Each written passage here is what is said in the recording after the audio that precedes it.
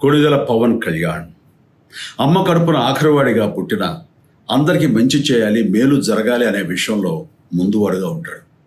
తన గురించి కంటే జనం గురించి ఎక్కువగా ఆలోచించే మనస్తత్వం నా తమ్ముడు కళ్యాణ్ బాబుది.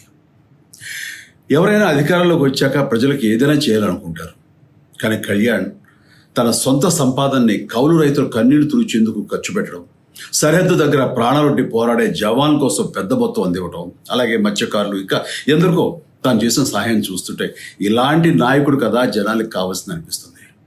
ఒక రకంగా చెప్పాలంటే సినిమాలోకి తను బలవంతంగా వచ్చాడు, రాజకీయాలు మాత్రం ఇష్టంతోనే వచ్చాడు.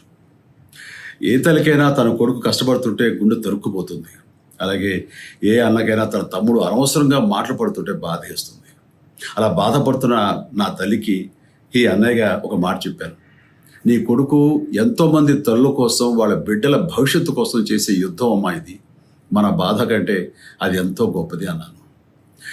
అన్యాయాన్ని ఎదిరించకుండా మౌనంగా ఉండే మంచివాళ్ళ వల్లనే ప్రజాస్వామ్యం మరింత నష్టం అని నమ్మి జనం కోసం జన సైనికుడయ్యాడు.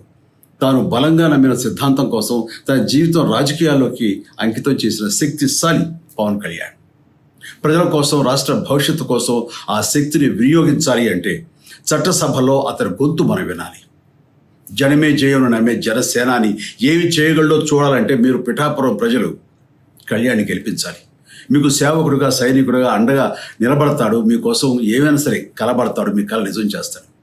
పిఠాపురం వాస్తవ్యులకు మీ చిరంజీవి విన్నపం, గాజు గ్లాసు గుర్తుకి మీ ఓటు వేసి పవన్ కళ్యాణ్ని గెలిపించండి. జై హింద్.